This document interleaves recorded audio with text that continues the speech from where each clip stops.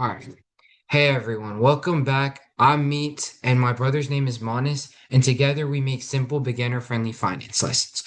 So far, we've covered rate of return and compound interest, and today we're going back to the basics with something everyone needs, no matter how much money you have, and that's a budget. So let's get into it. All right, so let's start with a question. Say you get $20 for your birthday. 2 weeks later, it's gone. And honestly, you can't even remember what you bought with it. Does that sound familiar? That's basically what happens when you don't have a plan for your money. And a budget is really just how you close that mystery gap for good. So, so what actually is a budget? It's simply a plan for your money. You're deciding ahead of time where each dollar is going to go instead of wondering later where it went. A few things that make it work so well is first, it's a proactive instead of a reactive, meaning you're deciding before you spend, not after. Second, every dollar gets a job, whether that job is spending, saving, or giving. A budget just makes that intentional instead of random.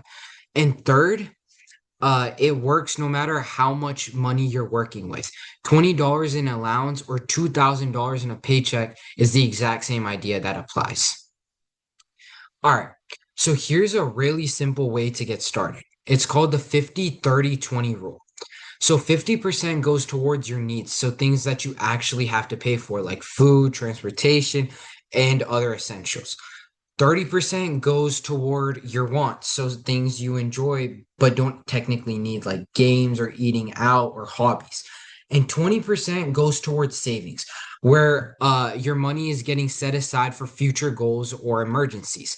It's not some strict rule you have to follow perfectly. It's just more of like a really solid starting point.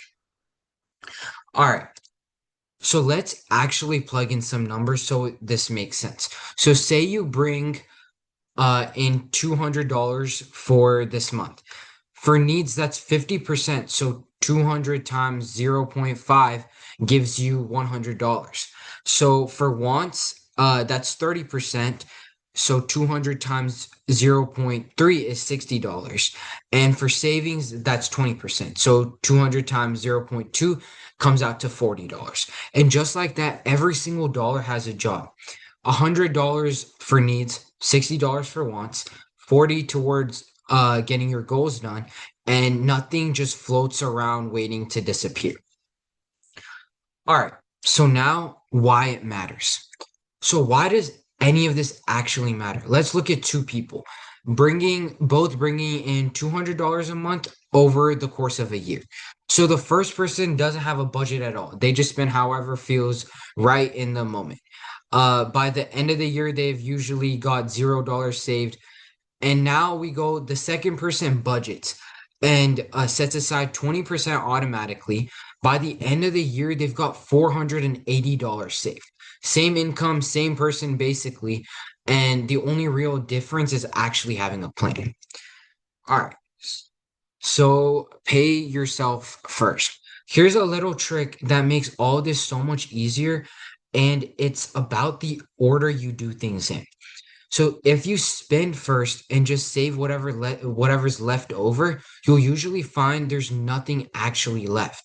But if you save first, meaning you set that money aside immediately before you spend on anything else, your savings becomes basically guaranteed. Try thinking of your savings like a bill you owe to yourself and pay that one first. All right. Okay. So now we got the recap. All right. So let's quickly recap everything we covered. A budget is just a plan for your money that you decide on ahead of time. There's the 50-30-20 rule, which is needs, wants, and savings.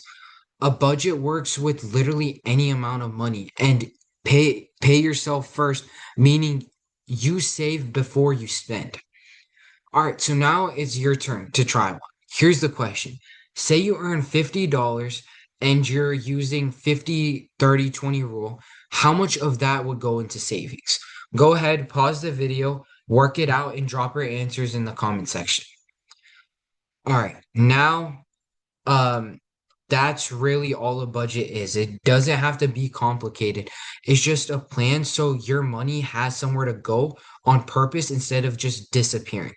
If this helped you out, go ahead, like the video, subscribe for more beginner finance lessons, and let us know in the comments if you got that quiz right.